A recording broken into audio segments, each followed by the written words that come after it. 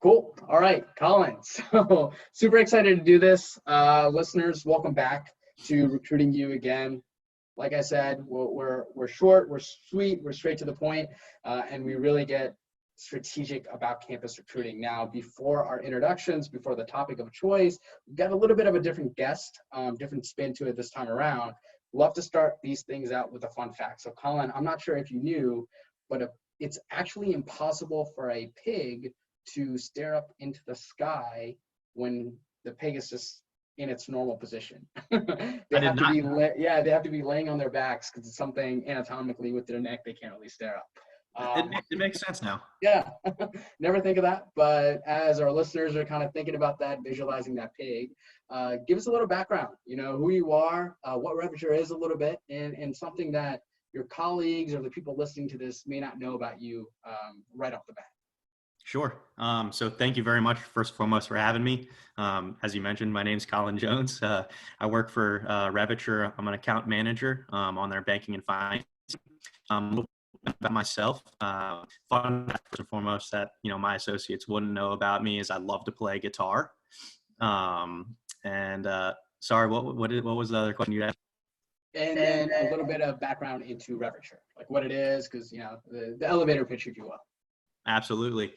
So we're a technology training and development organization. Our main focus is to launch recent college graduates into their next IT career.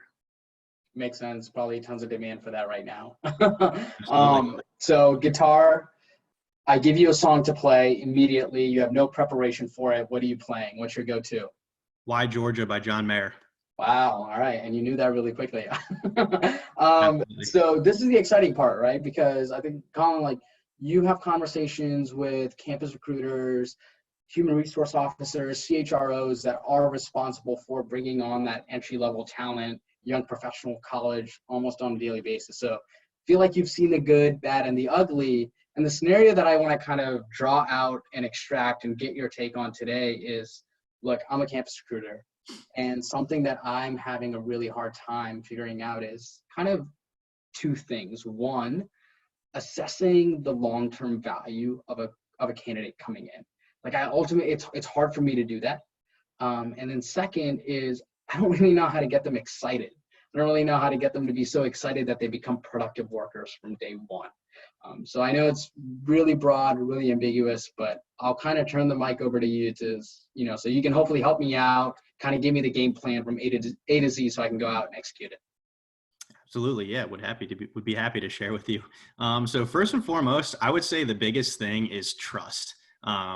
If you can, and easier said than done after just a brief call, a brief first initial touch, but as you grow your relationship and, build more rapport with these people that you're talking to, you can really try to find that trust will be the biggest thing that is going to get folks, on the same page, folks that will get folks to be excited. I would also say is just trying to feel out that passion. I mean, I know given now with COVID, things are a little bit more tough in terms of meeting in person, but, over the phone or over Zoom, when you're speaking with people, it's really just try to find that passion deep down inside. And that will take them a long way on both sides as a campus recruiter and the person that they're recruiting. And then going back to that, I would just say, trying to treat it as a normal conversation. People don't want anything, that's crazy formal, anything too salesy, as they say. But, a formal conversation is always a great way to, address something and, even build a new relationship with someone. Gotcha. I mean, makes sense, especially when you're talking to a much younger demographic, a different demographic than a professional level of recruiting where it's not a CFO or a COO, still a different audience. They provide a lot of value. And you mentioned passion, right?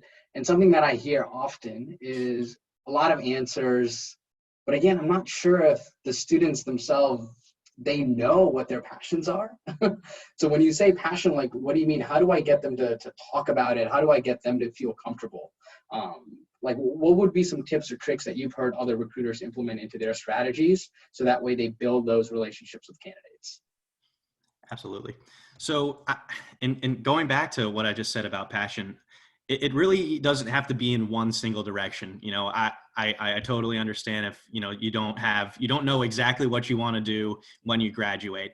I would say kind of transform your passion into your work ethic, you know, being able to adapt to, you know, new changes, always being open to wear multiple hats. I would say that's something that it adds tremendous value to, you know, someone that's joining a new company. Really the ability to adapt to new changes, and the willingness to work in different groups, or, you know, like I said earlier, wear multiple hats. Makes sense. So how do I then, because the second part that I'm trying to figure out is, you know, I'm looking for trust, I'm looking for adaptability, and we hit it off, and the interview goes great. We give them an offer, but then obviously it's a little bit of time until they are physically in seat, they're able to start. And I feel like in between when we talk to in between when they start, the excitement just seems to fade away. You know, we can't get that raw spirit that we once had. So like, how do I keep that fire still lit within these students so that way when they get into their seats, they are that productive workers that we're looking for from day one? I would say keeping communication open, you know, in that grace period, as I like to call it, between when someone's selected and they're onboarded at a new client.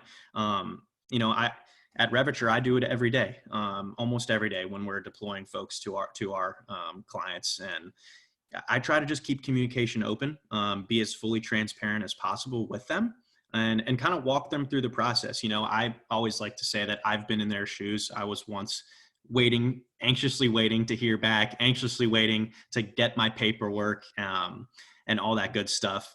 And I would just say keep the communication open, and, you know, always just be ready to, you know, adapt to something new, like I mentioned before. And any tips on that? I mean, you know, kind of going back to your role now at Reviture, obviously you've got new clients coming in. And I think this is an interesting thing for me to study how you do it so that I can take it into my role of how you communicate with clients, because I don't want to just, you know, how people say you don't want to have a meeting just for the sake of having a meeting. I don't want to do the same thing when it comes to communicating. So when you're bringing on new clients and there is a little bit of a grace period when they can fully start working with you, what are some things that you share with them, or how are you communicating with them so that way the conversation remains productive, exciting, as opposed to you just sending them things that may just go into the junk mail? Sure. Aside from the business side of things, I ask them about some things in their personal life. You know, I really try to establish a really good personal connection with them, whether, you know, we have mutual interests, or even mutual connections. I always try to, you know, again, I always try to build that, you know, professional relationship as well as personal. I believe that's it's important to have both, and that will lead into having great rapport and ultimately having great trust. Any quick stories that come to mind that like paint that to light, of some things that you work with your client where, you know, you've had a great relationship and you're able to tap into their hobbies or passions that you were able to bring up in the meetings or what you communicated back to them? Sure. Yeah. I can think really well. When I first joined Reviture, we were working with a client, and I established really good rapport with one of their talent acquisition leads. He was a great guy, and I immediately knew right away that, you know, we definitely had some mutual interests. And we would just talk about anything. We would text each other, and about the weather, about, you know, hunting, and, you know, all sorts of good stuff like that. So I would definitely, that's my first memory of, you know, kind of breaking into that personal relationship, as I would call it. Cool. So I think I've what I understand, it's kind of in three buckets. First, in order to build that relationship, understand the value, is I've got to look for two things. One, is there trust, right? Like from both sides, and also assessing for adaptability. So when students aren't sure exactly what their career path looks like, that's okay, because what I'm trying to really understand is, are they somebody that kind of likes to roll up their sleeves and be flexible to move or spread across different functional areas? So I've got that. And in order to get them excited, it kind of went back and it, you know, the light bulb sort of went above my head a little bit of, yes, keeping it formal is fine, but get to know them a little bit, have a conversation. And I think organically, some things that they do outside of their day job as a student tends to come out. and use that as a nugget or something that you anchor towards to keep that communication line open. I know you mentioned some things for your clients that you used. Do the same thing for students, so that way I'm transparent. I still get them excited. They feel like they're coming into our second home, because that's something that we haven't been doing, but I think we've got a good foundation to do so. Anything else that you'd like to add based on the two things that you suggested? Absolutely. And then there's one more thing. Yeah. I often hear that everyone is looking for that quote unquote Swiss Army knife. It's something that I hear almost on a daily basis. And that goes back to, my point just about being able to adapt, and wear multiple hats, and always keep your mind open, and be willing to learn new things. Love that, Swiss Army knife. I think some people call it, actually, I don't even know what they call it. Swiss Army knife is probably better than than probably whatever random analogy that I could have brought up. But Colin, appreciate it. Thank you again. You giving that elevator pitch back to Revature, especially what you all do, how you all help companies. I think it's an exciting place to be, especially since tech talent changes on a whim, Yeah. right? Like, Always I'm sure does. you experience that every day. Yes. Yeah, seriously. But thank you again for coming on. Like I said, RecruitingU, we like to keep it short, sweet, straight to the point. And we'll go back to thinking not only about the points you made, but also about how pigs can't stare up at the sky. I have been thinking about that for a little bit. All right. Have a good one.